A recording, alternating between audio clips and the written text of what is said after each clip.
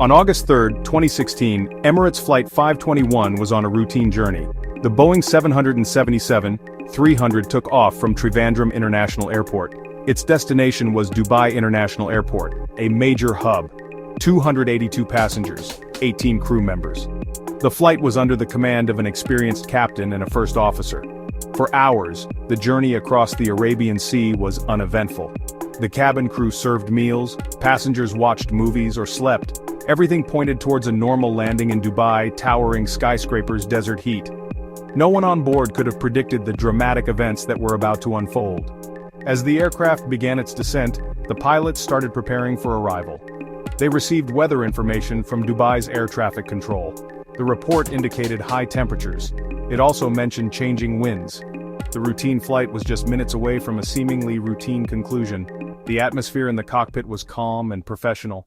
The weather in Dubai was challenging.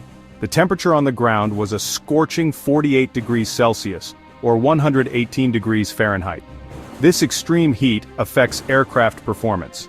Hot air is less dense than cool air. This means the wings generate less lift, and the engines produce less thrust. Pilots must account for this by using higher approach speeds. More significantly, the weather report warned of wind shear.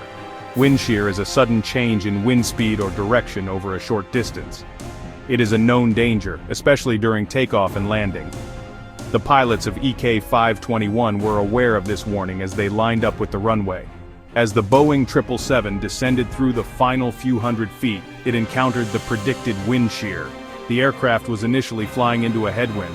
A headwind helps to slow the plane down and increases lift. Suddenly, this headwind shifted to a tailwind. A tailwind has the opposite effect. It pushes the aircraft forward and reduces lift, causing it to sink faster than desired.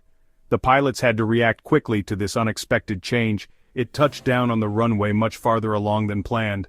The decision to execute a go-around was the correct one. However, the execution was tragically flawed. When the first officer pushed the throttle levers to increase power, the aircraft's automation system created a deadly confusion. Because the main wheels had already touched the runway, the plane's sensors registered it as having landed. One of the inhibited protections was the go-around mode.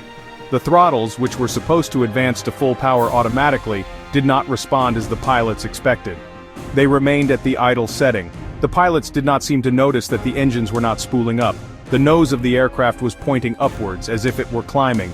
However, without engine power, the massive jet was not climbing. It was losing speed and energy rapidly. Landing gear retracting. It was airborne just a few feet above the runway, nose high, engines at idle. This combination made a crash almost inevitable. It began to sink back towards the runway. The airspeed dropped to a critically low level. Just 13 seconds after its wheels had first touched down, the aircraft slammed back onto the runway. Investigators from the UAE's General Civil Aviation Authority, or GCAA, arrived at the scene quickly. Their job was to piece together the sequence of events that led to the crash. Investigators walking the site, photographing wreckage. The wreckage of the Boeing 777 showed a clear story of a catastrophic impact. The aircraft was destroyed. Its fuselage was broken. Large sections had been consumed by fire. The detached right engine lay on the runway, a key piece of evidence. The primary focus for the investigators was to recover the two black boxes: cockpit voice recorder, the CVR, flight data recorder, the FDR. The black boxes were placed into protective containers for transport. The flight data recorder provided a detailed timeline of the aircraft's final moments. It recorded the pilot's control inputs. It recorded the engine settings. It recorded the aircraft's speed. It recorded the aircraft's altitude. The data confirmed the aircraft encountered wind shear on final approach.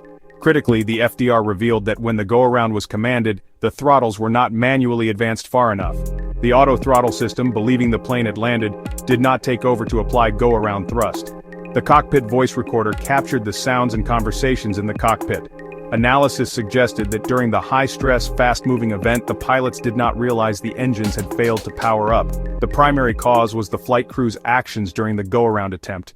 In what was described as a miracle, all 300 passengers and crew on board Emirates Flight 521 survived the initial crash. As the aircraft skidded to a halt and fire erupted, the cabin crew's training immediately kicked in. They began shouting evacuation commands. "Unfasten your seatbelts! Leave everything behind! Evacuate!" The cabin was quickly filling with thick, toxic smoke. Visibility was low, panic was rising among the passengers. Despite the chaos, the crew worked to open the emergency exits and deploy the inflatable slides. Some passengers, in a state of shock, paused to collect their carry-on luggage. This dangerous behavior blocked the aisles and slowed down the evacuation for everyone else. The cabin crew had to physically push people towards the exits, repeatedly yelling at them to leave their bags. Every second was precious as the fire grew more intense. Despite these challenges, the crew managed to evacuate all 282 passengers. The last person got off the plane just minutes before a massive explosion engulfed the aircraft's center section, where the fuel tanks were located. As airport firefighters rushed to battle the blaze, one firefighter, Jassim Isa Mohammed Hassan, was fatally injured. Jassim made the ultimate sacrifice in the line of duty, a hero who died while trying to save others. The crash of Emirates Flight 521 sent shockwaves through the aviation industry. In the immediate aftermath, Dubai International Airport was closed for several hours, causing major disruptions to global air travel. Emirates provided full support to the affected passengers and crew, including compensation counseling. The primary focus shifted to understanding the accident's causes and preventing a recurrence. One key lesson: better pilot training on go-around procedures, especially after a touchdown. The investigation revealed confusion over how automation behaves in this scenario.